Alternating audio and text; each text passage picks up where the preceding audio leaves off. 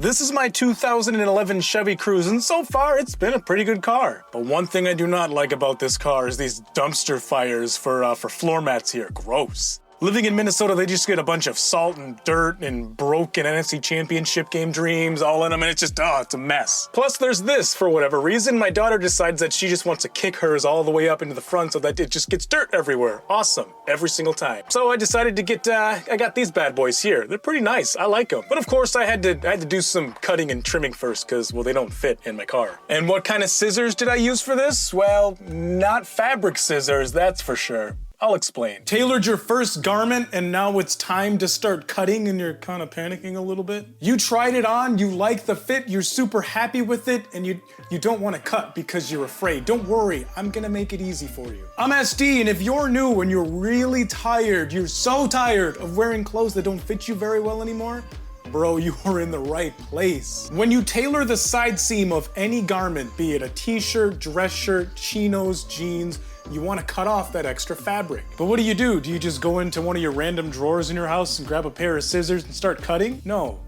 Don't do that. These scissors right here, don't use scissors like these. These are legit scissors that I use for cutting chicken breast. I'm dead serious. You want to make sure that you use fabric scissors, not multi-purpose or scissors that you use on paper, even if they're brand new. These right here, these are dedicated fabric scissors, and take a look at one of the biggest differences between these and multi-purpose scissors. Look at how they're sitting on my desk. Well, not like this, like this. With my hand in them, they sit flat on my desk. And in tailoring, when things are flat, they're straight. These ones right here, they got a hump in them, so when it comes to cutting anything, my hand's gonna pivot all over the place and it's gonna be super inaccurate. No bueno. You really don't want your scissors to pivot, trust me. I have an exciting announcement for you. I made a guide for all my beginner DIY tailors out there, and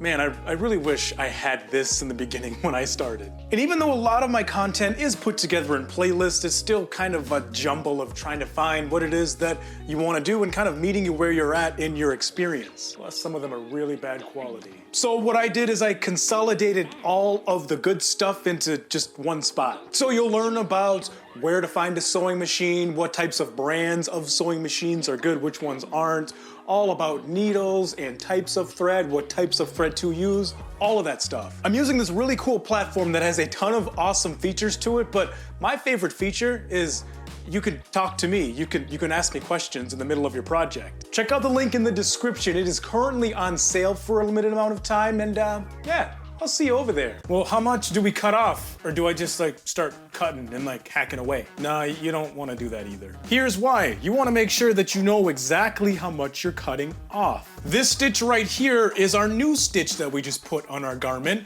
and this is the edge of our garment. And all that space in between there, that's what's called the seam allowance. The seam allowance, or all that space that's in there, is really important because if it's too small, we ain't gonna have enough space on there to put an adequate zigzag stitch to finish that seam. And if it's too big, well, it just looks stupid and it's really uncomfortable. Oh, what's that rubbing on my side? Oh, that's right. It's the fact that I've got a big dumb flap of fabric in here. Awesome. Measure out 5/8 of an inch from that new stitch you just put on your garment up to wherever 5/8 of an inch is. Whoa. Remember, once we start cutting, there's no going back. So tread carefully, make sure you like the fit, and make sure that you're happy. That's why you want to use the right scissors, because if you use the wrong scissor, it's gonna look really janky. Now it's ready for a zigzag stitch so it doesn't get all tattered and frayed in the washing machine. Let's go use these skills that we just learned to tailor a jacket. Let's go do that. It's a video in the end card. I'll see you on the other side. SD out. Spontaneous deuces.